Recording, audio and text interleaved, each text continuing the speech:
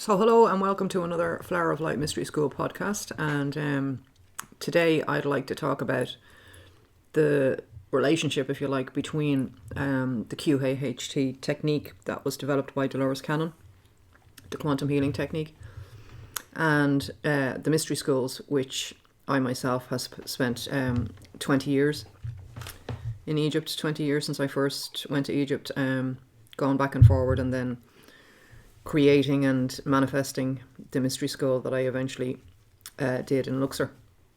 So throughout that process and that journey, I think, having been trained and certified with Dolores and met Dolores and got to know her, and then having, obviously learned the technique and then worked with it for many years later, I started to realise the connection, if you like, between what was being taught in the ancient mystery schools and even in modern mystery schools, and that particular technique, the quantum healing technique that Dolores developed. And I would have used that technique in Egypt while I was in Egypt, in the mystery school I had there. I would have been working with people while we were doing journeys, sacred journeys, and even while people were coming to me for workshops and things like that. I would have done the quantum healing therapy with them over the time that they were with me in Egypt, which was very powerful. But it showed me on a different level how they were both actually the same thing, if you like, the same teaching. Just Dolores had developed it, I would say, for a more modern way of working, but and again, she, the technique that Dolores would have channeled herself, has come from this ancient wisdom, which explains one of the reasons why I met her the way I did, because I did talk about this in another podcast, but I didn't actually meet Dolores in the physical world for the first time. I met her, she came to me, I don't know how you want to say it, but in a vision, if you like. I've discussed this in another podcast, so I'm not going to go through it again, but she came to me in a vision. So I met her in the ethereal realms, if you want to say, before I ever physically met her. So for me, it kind of all, as the process unfolded, if you like, showed me, obviously the reason why Dolores came to me that way. In my opinion, Dolores would have been involved in the ancient mystery schools in Egypt, and that's why I connected with her on the ethereal level, as I mentioned in the beginning. And maybe she wasn't consciously aware of this herself when she was alive. Maybe she was, I don't know, I never asked her. So what I just want to talk about in terms of the mystery schools is that, and again, I know I've discussed this in other podcasts, but all the mystery schools and the main teaching of the mystery school, a lot of people think mainstream archaeology and Egyptology talk about how the ancient Egyptians were fascinated with death, and even mainstream archaeology in most of the ancient world, when they're excavating, like in Mexico or even in ancient Ireland or India, wherever, they always place a focus on the people being obsessed with death, with burials and death, and particularly in Egypt, the mummies and all that type of thing. But when you explore the mystery schools, when you discover the mystery schools and the deeper information and how it's left, because if you think of it in one way, there's one layer of information, which is the mainstream, and then there's a whole deeper layer underneath it. But the deeper layer underneath is not left in the same language as the mainstream information. So all that deeper kind of level of information underneath will be talking about the goal really was of eternal life. It had nothing to do with death at all. So you can see how the underlying information gives you the actual kind of flip opposite as to what the mainstream. And underlying information, do you mean symbolic information? No, I mean the information that's written on the walls in terms of hieroglyphs. Okay. That's in terms of symbols. Symbolic, yeah. and the information, how it's written in terms of the geometry, the sacred geometry of the temple or the mound or the structure itself. The building, yeah. Because the geometry in itself is a language, as we know. Yeah. So all the sites around the world, not just in Egypt, not just in Ireland, not just in, all the sites around the world were used for the same purposes, if you like. And those purposes were many, but the main goal of all the training that was done in the ancient mystery schools was to realize your own immortality. That was remember. To remember. That's the main, and that's the story that's embedded in the putting together of Osiris. Yeah. Remembering. That's it. So when you... Because he was dismembered. Exactly. When you dismember something, you take it apart. When you remember it, you put it together. And so the story of Isis and Nephthys, the sister, two sisters, remembering or putting back together Osiris. Now, Osiris was male. So you have the two sisters. And Isis and Nephthys in the Book of Coming Forth by Light are symbolic of intellect and willpower. They're depicted as two serpents. And intellect and will. So if you think that intellect and will put back together the dismembered male aspect. So the main goal of the mystery schools was to remember your own immortality. It had nothing to do with death at all. Nothing.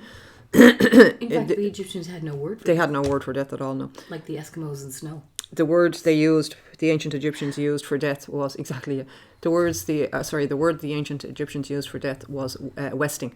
That's it. Yeah. And the reason for that is exactly, yeah. So it's to do with the sun and how in Egypt, for example, well, everywhere, but the sun would set down into the mountains of the west, on the west bank of the Nile. And so that was compared to the whole journey. That was the whole journey of what is in the Duat, which is part of the Book of Coming Forth by Light. And so the soul of a human being is compared to the sun as it goes down into the west. And when the sun disappears from the mortal eye, in other words, it goes below the horizon line and you can't see it anymore. It was the mystery of where does the sun go for those 12 hours of night. And so that's where the Book of Coming Forth by Light is the direction and the manual. Yeah, it's described in 12 hours. And what the soul has to pass through in those 12 unknown hours where they're beyond your view. So when the sun goes down in the west, the physical eye can't see it anymore. The same as when a person dies. Your physical eye cannot see them anymore. And what this knowledge is trying to tell you is, even though the sun has gone down in the west and your physical eye can't see it anymore, it doesn't mean it's gone away. That's right. And the sun will come back in the morning. It will be reborn.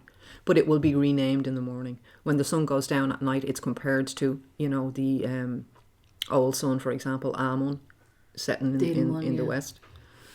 And when it's born in the morning, or for example, with the story of Osiris and Horus, Osiris is the one who goes down into the underworld, and the one who is born again is Horus. Right. But Osiris and Horus are the same. That's right. So it's like saying, if I reinvent myself, say I decide I want to have a whole new career, a whole new this, a whole new that, and I reinvent myself, and in that reinvention I give myself a new name as well.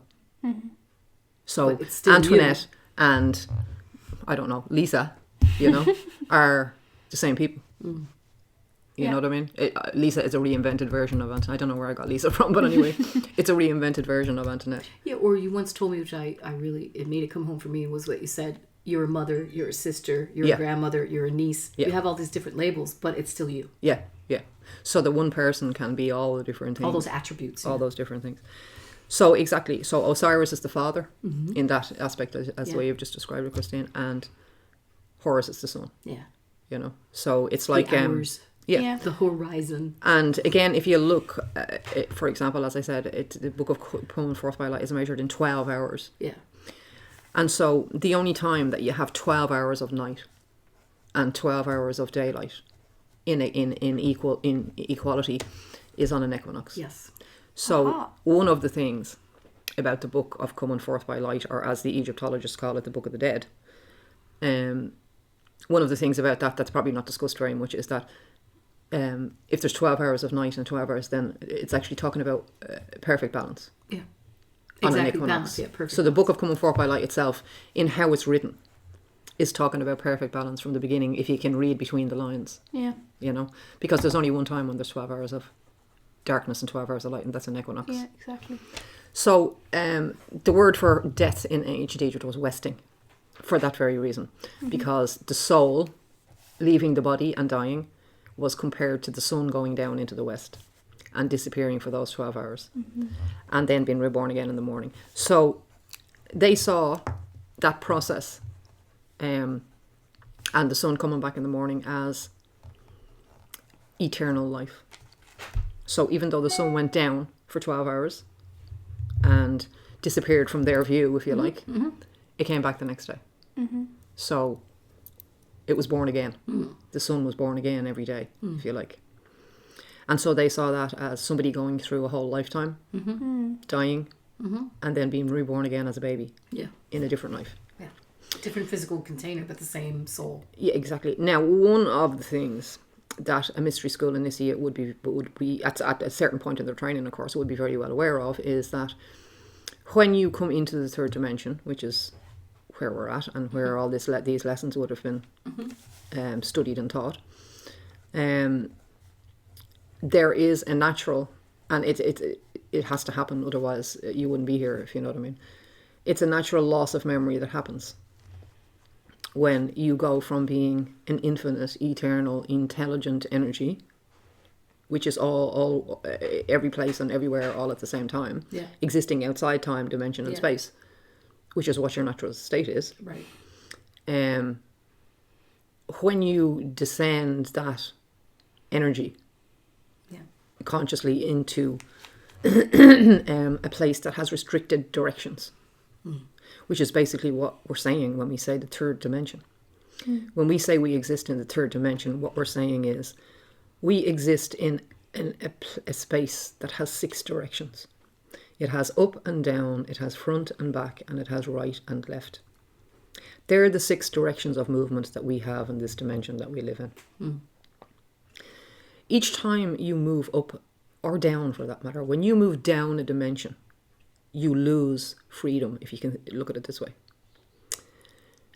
If we move down to the second dimension, you lose you lose a direction. Yeah.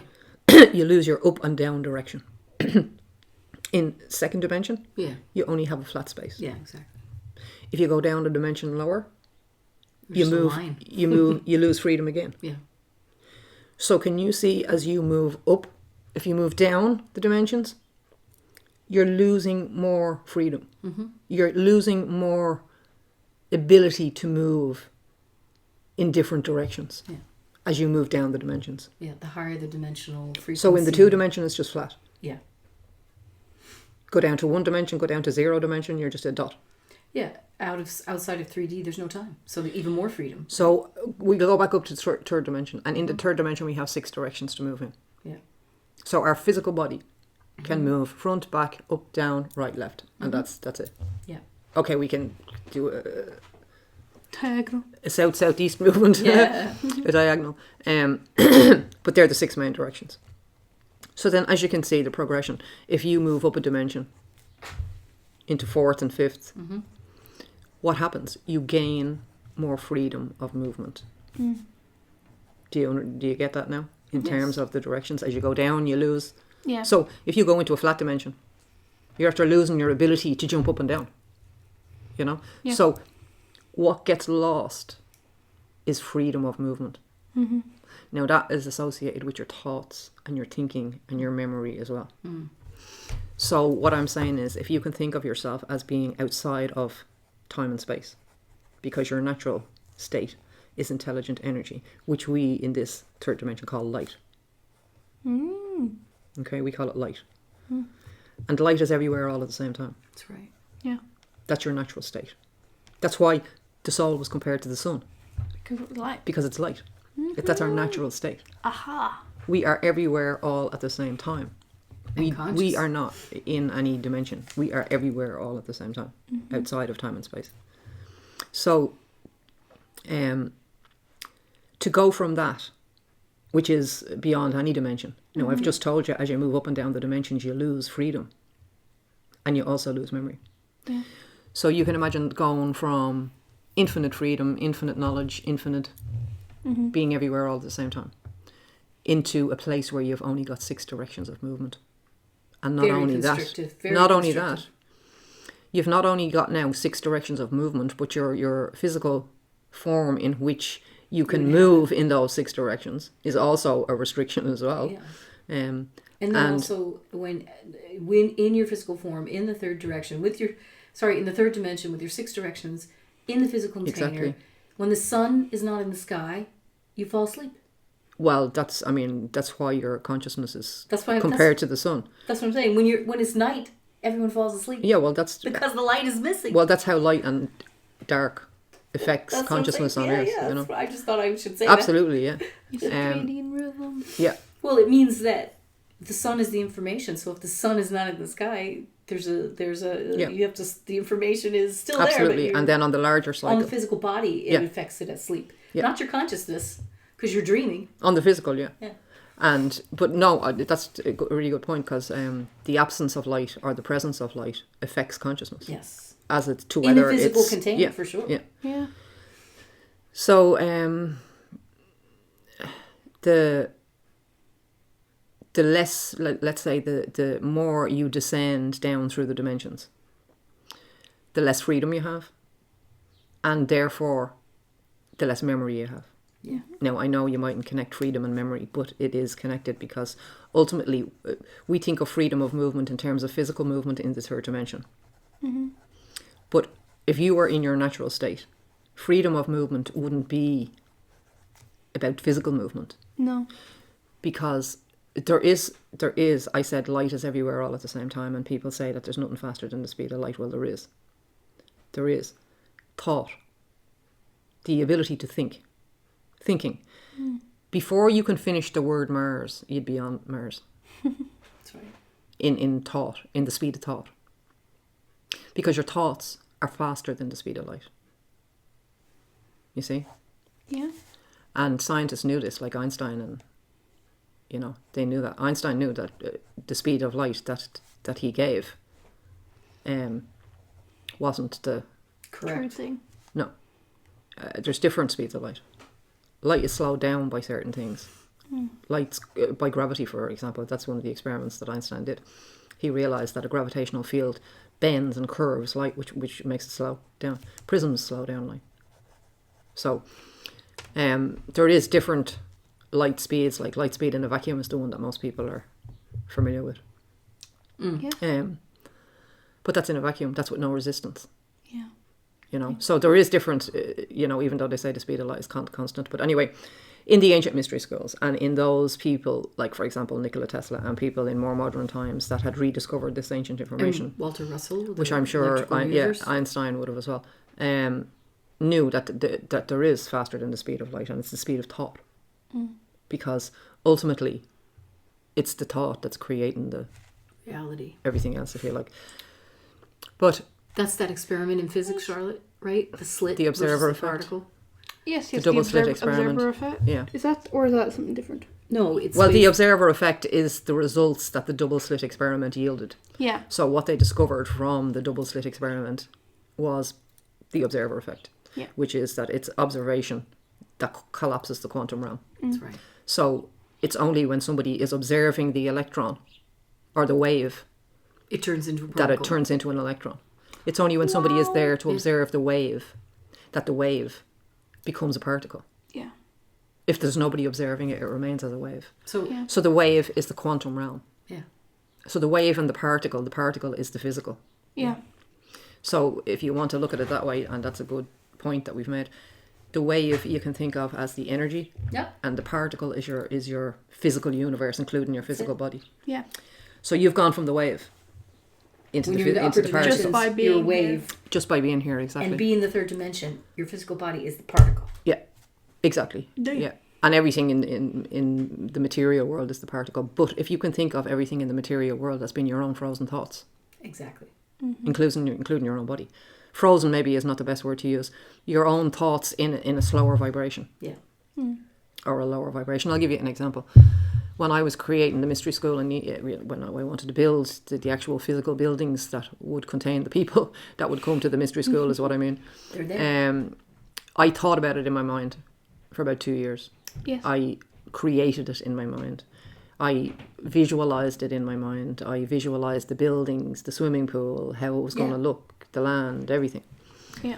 And then one night when it had been built and I was there, so I was walking around and inside the centre, and I realised in that moment that I was actually inside my own thoughts. I was inside my own creation. What had been inside my mind for so long, what I had been creating inside and visualising inside my own mind for so long, I was now inside it. And that's what it means. That's what manifestation is. It's about turning yourself inside out. It's about taking what is invisible, which is your thoughts, and bringing them into physical reality so that you are inside them. Okay. So then you have to ask yourself the question, you see?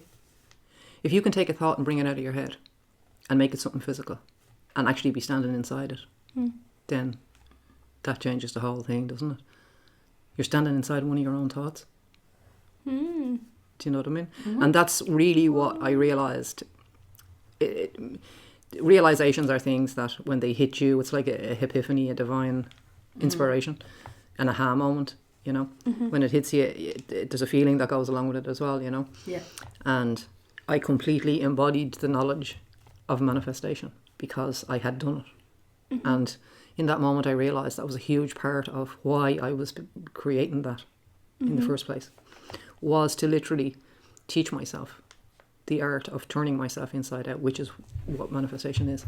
Taking that invisible energy, which is your thoughts, and bringing it into physical reality. Yeah. Because if you do it once, you can keep doing it, you know? Yeah. And if you can do it once, then it means maybe you're doing it all the time. Yeah. Maybe it's your thoughts that's creating what's happening, you see? So most people don't connect their thoughts with what actually happens in their reality. And it's a very new age thing to say that you create your own reality. But back and behind of that new age statement, there's an exact science. And you can go on either side you want. You can take a new age approach to it, or you can actually look at the exact science. And it's an exact science. And we do create and manifest our reality. Yeah. But you've got to pay attention. And that's what all the training in the mystery schools is about.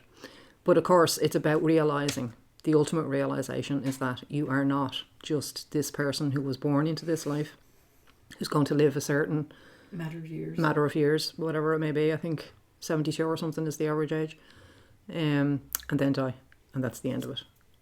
A lot of people have that approach to life, you know. That's called separation consciousness. Yeah. And that's what most of us live in, if you like, if we haven't tried to get out of it. People who aren't on the path of trying to connect to their higher self, if they're not on that path, then they will be fully embedded in what we call the duality or the polarity. Now that brings me to what I was saying about the quantum healing. The quantum healing, even though it's a more modern technique developed by Dolores, as I mentioned, for people to access past life memories. Yeah. And it's not just past life memories. A lot of people, having worked with a lot of people over the years, I realise people go to future lives and alternate lives that they're living right at the same time as the present one. Wow. So it's not just like a past life. So, you know, for a while we were thinking in terms of past lives, but now we need to think in terms of omnidimensional lives. Yeah. Lives existing at the same time. It's a bit mind-blowing. Because, well, in truth, there is no time. There is no time. Time is part of the construct that the ego mind puts together. Yeah. And there's, I think I did discuss this before, but maybe it would be a good podcast to do in its entirety, is a concept of the bicameral mind, which is... Oh yeah, I think you should definitely do one. Which is how at one point in time we had our right and left hemispheres perfectly functioning in 50-50 perfect balance. Oh wow. And because of that, we could access higher dimensional information. Now, the idea of the duality or the polarity is what as I said, what people, unless they're otherwise working towards changing it, they will be in the polarity, because that's what this life is. It's a polarity. And what do I mean by that? In a polarity, everything is... I was just going to ask you that before. Yeah, Could you explain it's either it this or that. We'd say in a duality, because a duality is, say, night and day. Black and white. Yeah. No grey. Now, a polarity means the extremes of those two things. Yeah. Okay. Do you know what I mean? Yeah. So polarity and duality are kind of the same. Yeah. Do you know what I mean?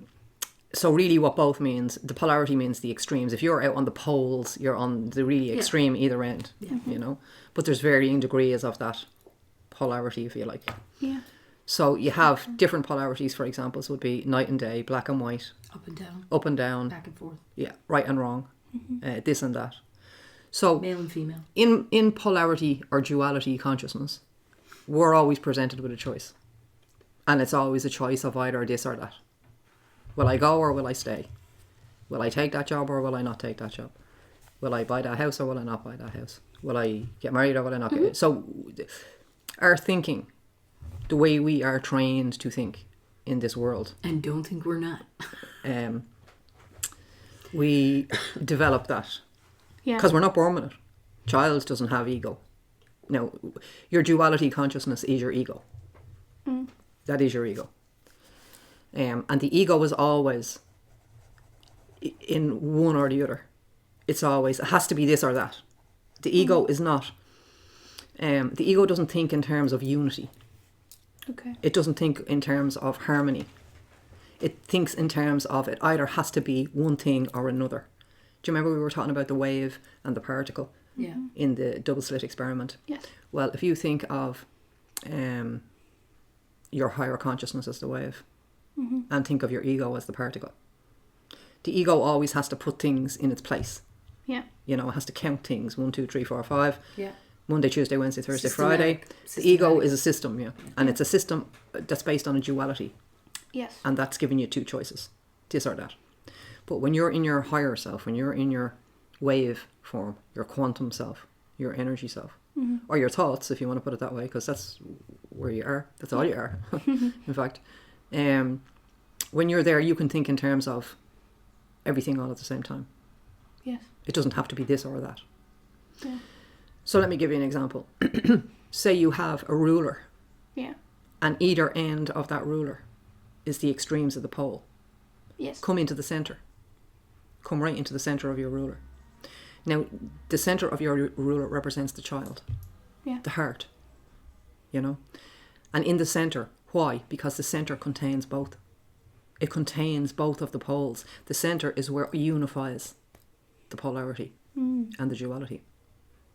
And that's what happens when we bring both of our brain hemispheres, right and left, male and female, when we're bringing them into perfect balance, which was all the training of the mystery schools, it activates a person's capacity to access the higher self-information. Yeah. And the higher self-information is love. Yeah. And only the heart understands the language of love. Yeah. The ego mind doesn't. It will never understand it. So the ego has to be quietened and brought into perfect balance before the heart can be activated. And this is what all was taught in the mystery schools. Now again, activating the heart is a bit of a new age term, but there's an exact science behind it. Yeah. And the activation of the heart is really what we're saying is the activation of the higher consciousness, of the memory of your immortal, eternal, omnidimensional self. You that exists outside this time space, whatever you want to call it. Matrix. I'm not mad about that word matrix, even though I do write it down, but I'm not mad about it. What could it be? Like a web or something? So I always think of it as a school. School, well, it is. Life is the mystery school. It is. School. And another thing, when you do bring that duality, polarity, ego consciousness, because your ego is what sees the separation in everything. Yes. Your ego is what sees the difference in everything. Your ego will see, oh, I'm different from this person in this way. Or I'm not good enough. Or, well, that's all the ego. Your ego will see the difference in everything. See the difference in people's height, in their educational status, in maybe their religious status, in anything. Your ego will see the difference in everything. Your ego will always be the one that will lead you down through a labyrinth of questions. What if this? What if that? What if the other? What if blah, blah, blah, blah, blah, blah, blah, blah. The ego thinks and complicates things all the time, you know.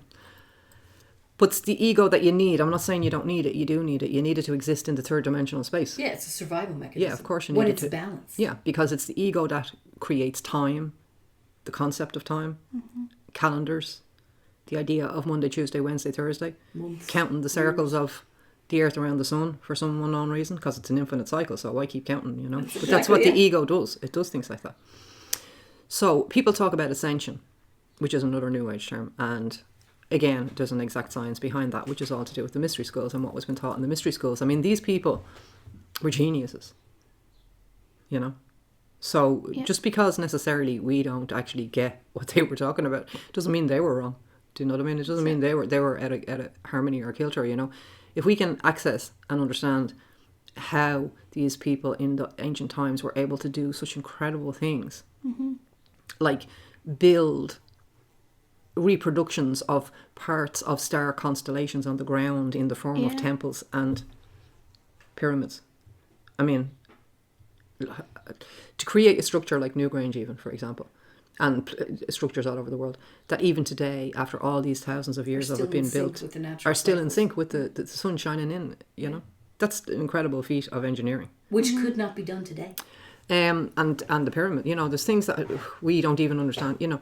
And the idea is that at that time, the people were in what's called the bicameral mind, which is when the duality is overcome.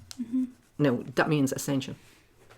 When you ascend above duality consciousness and the thinking that everything is this or that or the other, then you move into the higher self-consciousness. And the higher self-consciousness sees the unity in everything, not the difference. Yeah.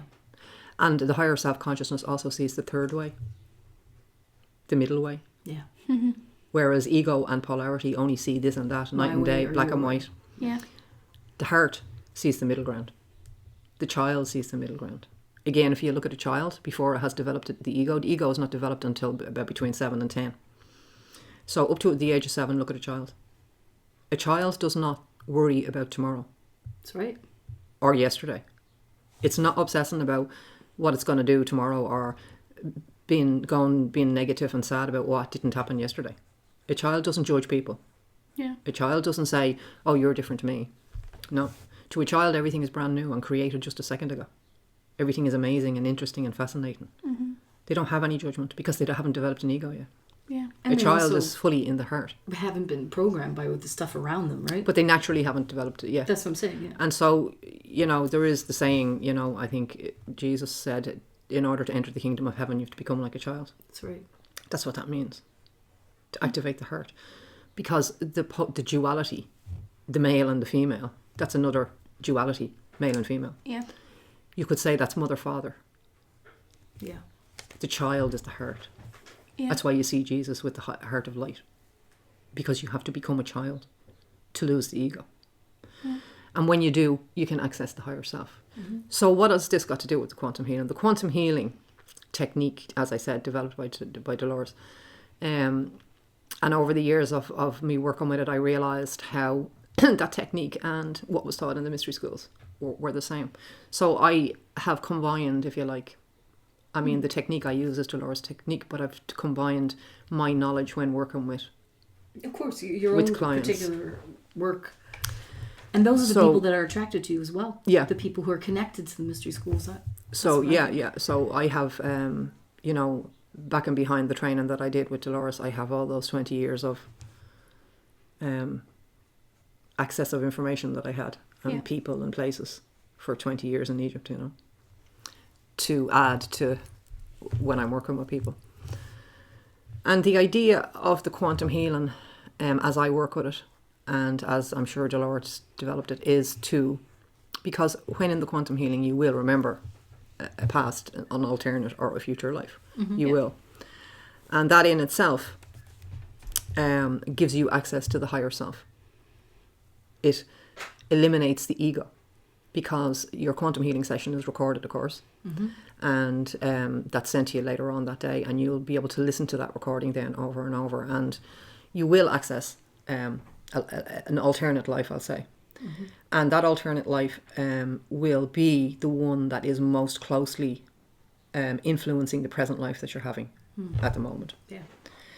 Now, by the very nature of the fact of you remembering a life other than the one you're living at the moment, that opens up a gateway.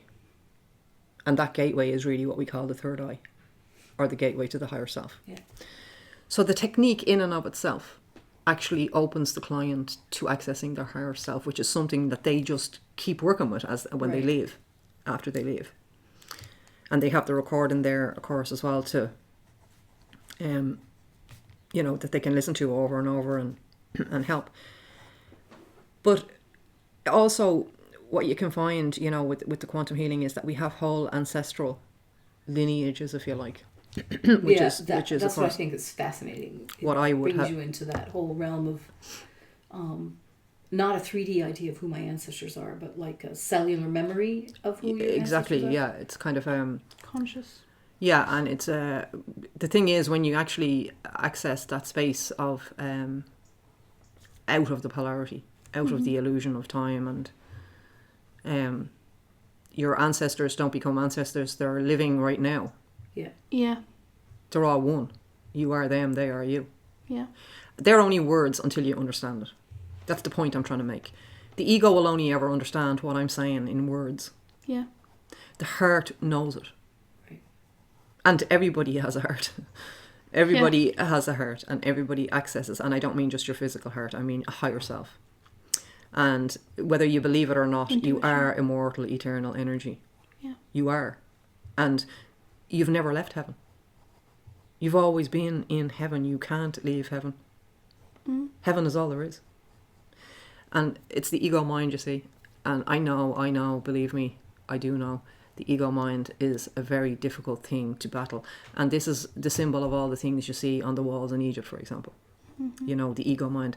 The Egyptologists will tell you when you see the pharaoh smiting the enemies and holding the heads of the enemies in his hand. Yeah. He's killing the enemies. Yeah, okay, yeah, in a battle. That's what Egyptologists will tell you. But actually, that is representative of killing the ego. All the many personalities of the ego that can lead you down loads of different the black garden holes. paths. Because your heart knows. The truth. It just knows, Your ego thinks and speculates and meanders down different roads. I wonder how about this, what if I did this, what if I did... If you stop your head, which is trying to stop the ego, and that's what all meditation and yoga and everything is about. That's what mindfulness is about. Being in the now, yeah. A very wise and powerful person said to me, pretty much, that you need to be in the now, but said it in a different way that kind of makes you think about it. He said, you've got to be where you are when you're there. Which is a lot harder than you think. It's the same thing as saying being in the now, but it's meant to make you think. You've got to be where you are when you're there. Because what you'll find is most of us aren't where we are when we're there. Yeah. Well, I think most people are. You're never in the moment. You're always thinking of yesterday or tomorrow or even 10 years ahead. That's it. So the ancestral healing, and it's not just for lineages, if you like, and therefore, like, for example, as I just said, why would you want to access lineage? Because you have access to the information. And it's not just the information, it's when I say, you see, in the third dimension, we see people as separate. But in unity consciousness, it's all one, and I know it's difficult to grasp, but it's only in the third dimension that things become physical, Right. Everywhere else, it's not physical. So if you can imagine, the ocean doesn't see each drop as separate from itself. So in the same way, consciousness doesn't see a descended consciousness in physical form as separate from itself. So it's only the lower consciousness that sees it as separate from itself. Right. The higher consciousness knows it's not separate. That it's everything. Yeah. The higher realms are always aware of the lower ones, but the lower ones are not aware of the higher ones, very rarely. Well, that makes perfect sense. So when you're in the lower realm, you think you're separate from everything else. But your higher consciousness can, for want of a phrase, I'm saying this, look down. I don't mean that it does. I'm just using a phrase. Your higher consciousness can look down and say, you're not separate. Because your higher consciousness is in the wave. It's the ocean. But it's looking down at you as the drop. And it knows that you think you're separate Yeah. from the ocean. But it knows you're not. But it knows that you think you are. Yeah. And that brings me back to the point of when we descend into the third dimension. Very similar to being the ocean and the drop, you know. So when we come into the third dimension, we live our whole lives believing that we are just a drop. No connection to the wave, to the ocean. Not realizing that we are that ocean. We're not just part of it, we are it. And we can never be separate from it. The drop is not separate, it just thinks it is. Yeah. Yeah. I like that. It's like the Native Americans' view of Even nature. if you took the drop away and put it into a bottle, sorry Christine, Yeah. even if you took the drop away and put it into a bottle and separated it from the ocean for yonks and yonks and yonks and yonks and yonks, it still doesn't change the fact that the drop is the ocean. That's right, yeah. It still belongs to the ocean. And even if you kept it separate for 1,000,000 years, the minute you put it back into the ocean, you'll never be able to separate it again. Yeah. You'll never be able to take that one drop back. Do you know what I mean? Yeah. So you can only create the illusion of separation. Yeah. Separation is not the natural state. That's a very important lesson for people to understand. And these people, these geniuses that were able to create these structures in the ancient world, well, we call it the ancient world, but I've discussed that before again anyway. That's the illusion of time. The timeline. But yeah. these geniuses that were able to do that, they knew this information, you know? And we think that we're so civilized that we've got it better. We've got a very good friend of mine, John Anthony West, used to say, us in the civilized world with our hydrogen bombs and striped toothpaste, Yes. we think we're the cutting edge of The technology and advancement. you know. He's just slagging the idea of we think things like striped toothpaste and hydrogen bombs are civilized, you know. Because it's actually a dumbing down. Or technology for that matter, you know. It's not technology. And anything we have today is not technology. Well, can I ask the question? Is probably diversion, just basically. People talk about Atlantis, right? And Ireland, Atlantis. Like, to me, that means that's that ancient bicameral mind together, working together. Well, to be honest, Atlantis was not about a particular location on the earth, if you know what I mean. Even though I do say Atlantis, Ireland, but I could equally say Atlantis, Egypt, or Atlantis, Mexico, or Atlantis, England. But it was that time when people were balanced. It was in a their state of bicameral- consciousness, yeah. exactly. Balanced in their bicameral mind. Yeah. And it was a global state So it was of global. consciousness. That's what I think as well. Exactly. It was a global Oh, it was. civilization. Yeah, it was global. I mean, as I've said before, I talk about Ireland because I'm from Ireland. Right. And I talk about Egypt because my experience was connecting Egypt and Ireland.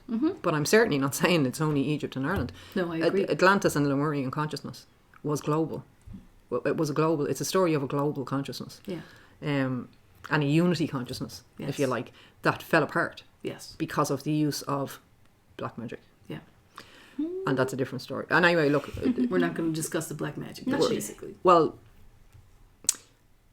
you know, the whole thing about the ego mind is it can be manipulated very easily. Absolutely. And manipulation is the energy. That's it. Manipulation and fear. And those two things are the things that were taught in the mystery schools. You were taught not to be manipulated and not to fear. Yeah. Because it's fear and manipulation that will keep you in this 3D. Yeah. And it's fear and manipulation that will stop you from ascending out of the 3D. Yeah. And the process of ascension is an exact science, and it can happen while you're sitting at your kitchen table having your dinner. And somebody can be sitting beside you and not even notice. That's right. Because it's an internal process.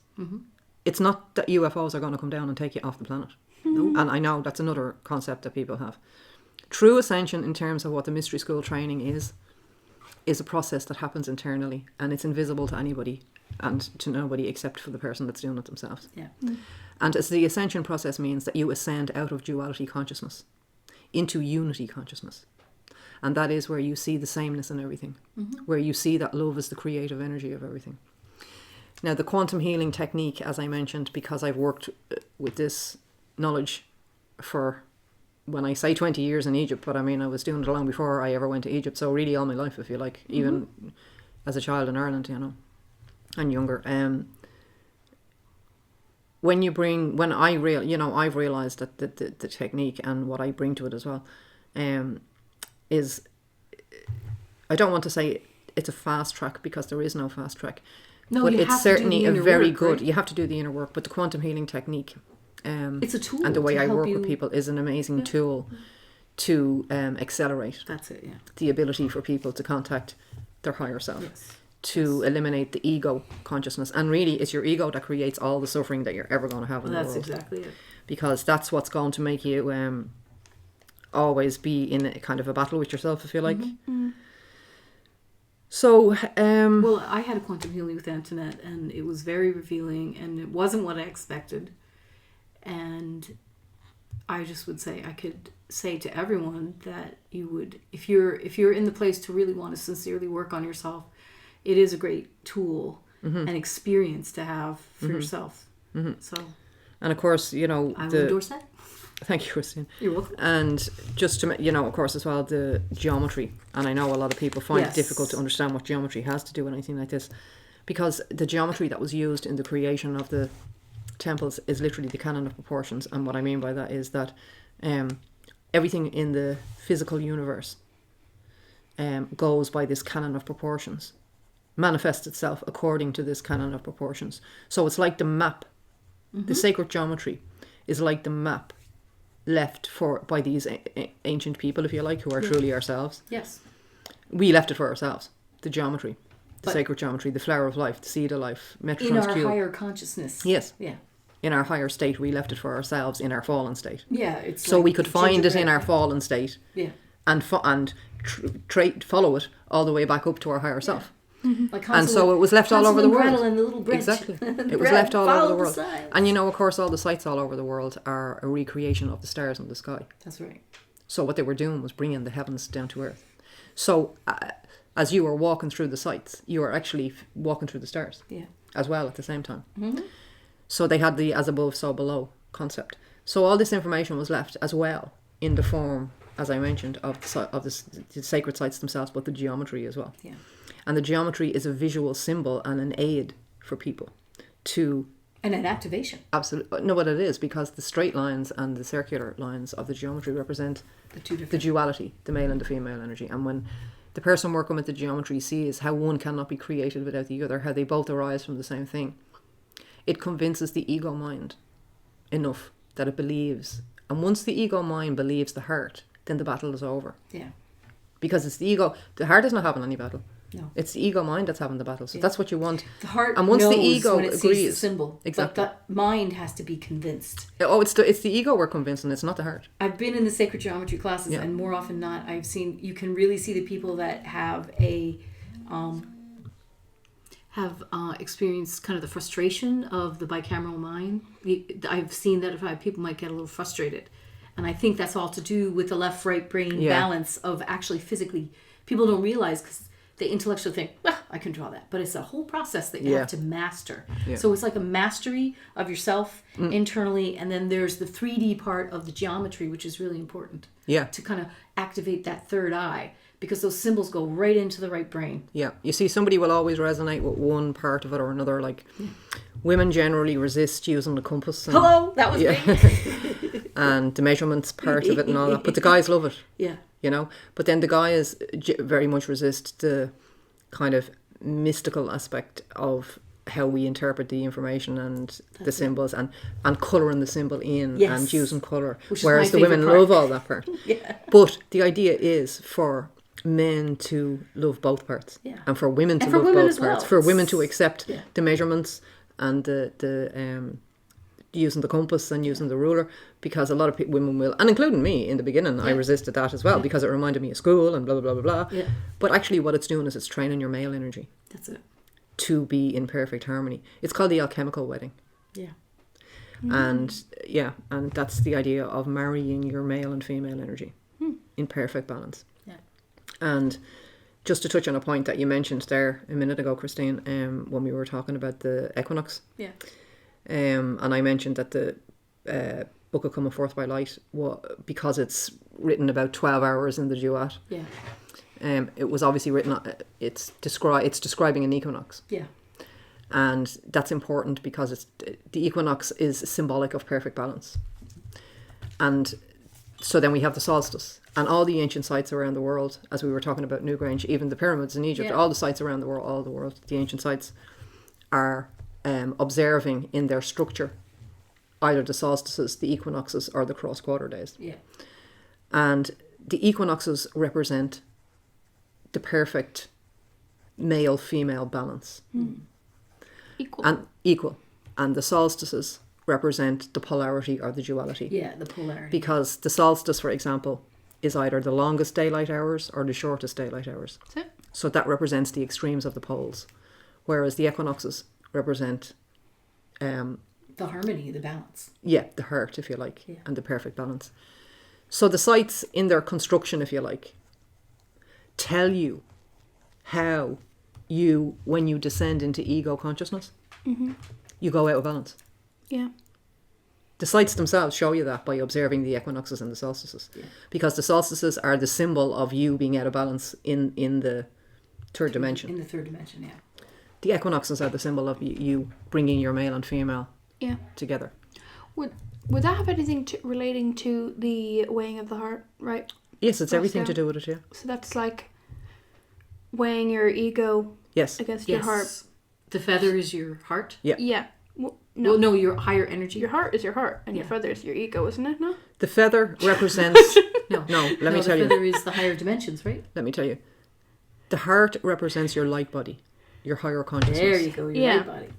The questions you've been asked, the 42 negative confessions of math in the book of Coming Forth by Light. Yeah. The questions you've been asked are negative confessions, and you're supposed to say, no, I didn't lie, no, I didn't steal, no, I didn't do this. But the idea is not to just say, no, I didn't do this, no, I didn't do this. You're meant to tell the truth. So if it comes to one where you can't say, no, I didn't lie, because you did lie, you're supposed to say, well, actually, I did lie. And I lied to this person, and I acknowledged the pain I caused, you know. That process of the negative confessions and admitting to what you did do and denying what you didn't do is weighing the ego. That's your ego. Because your ego will often not let you admit when you've done something. That's right. Do you know what I mean? It'll lie. Do you know what I mean? Yeah. So what's happening in that process of weighing the heart is you yourself are the judge, and you are trying to see, have you gotten your ego out of the way enough so that you can stand in the hall of judgment and tell the truth? And Maat represents order, balance, truth, justice, equality, and love for all. So universal law. So in the weighing of the heart process, what the soul is actually doing is weighing its own conscience against universal order, balance, justice, equality, and love for all. And it's asking itself, did I do that in this life? Yeah. Was I universally balanced? Did I love all equally? Was I love on earth? You know? And the 42 negative confessions are the 42 questions that the soul has supposed to answer. That's what decides where you love on earth or where you not. Now, there's no hell and heaven. That's a concept that was created to keep people in fear. The weighing of the heart is a process that you judge yourself. And in the weighing of the heart, and that can happen while you're still alive. In fact, all of this you're supposed to do while you're still alive. That's right. In the ancient mystery schools, all this knowledge and teaching and learning, you're supposed to learn how to die while you're alive. You see? Because if you die without never having to learn how to die, then you will die. That's it. But if you learn how to die before you die, then you never die. Yep. Do you get me? It's a paradox. I understand. If you die without knowing how to die, then you will die. Because you can't Because you don't know that there's no such thing. Yeah. There is no such thing as death. There is a memory loss. So when you leave this body, and you're in between lives, or incarnations if you want to say, you know everything. You remember everything. You remember, oh my God, I'm immortal. I've always been, I always will be. I've never been born, I've never died. This has all always been, we're all one. You remember all that. That's what happened in my motorbike accident. You remember everything. But when you decide to incarnate again, and you bring your energy down, you slow your energy down into a physical form again, you forget. Yeah. You forget all that. And you start the process of beginning to believe again that you're here, you're in this body. There's a beginning, a middle, and an end. And a lot of people believe after the end, there's nothing else. And so it makes this life all there is, in which case, whoa, you know, if this was all there is, that's a sad place to be. Yeah, exactly. And there's a lot of people in that place where they believe that this life is all there is, and therefore that's a big kind of trap really for the mind. Yeah. And so the mystery schools and the information of the mystery schools was to release you from that. Yeah. And that's literally what all spiritual practices, yoga, meditation, everything, all healing practices, everything is all trying to achieve. Yeah. Is the ability to release yourself from what we call is the Maya, or the illusion. Yeah, the illusion. Yeah. And this is what we left for ourselves in the form of information. Yeah. Written all over the ancient sites. I mean, we were so clever that we literally built this information into sites all over the world. So I think we can maybe wind it up there for today. What do you think? Sure. I think Unless anybody has anything else to say. Do you have anything to say, Charlotte? No. No, okay. I can just say we've covered it today. Enjoy quantum healing. Okay. So on that note, I'll just say that I am available for quantum healings online and one-on-one. If you would like to contact me, just contact me at info@floweroflight.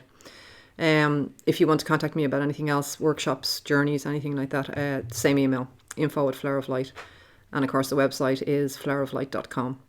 So until the next time, I'd like to say thank you for listening and goodbye. And Charlotte would like to say goodbye. Goodbye. And Christine. So long. Short and sweet, Charlotte, as usual, huh? We get straight to the point. Straight to the point.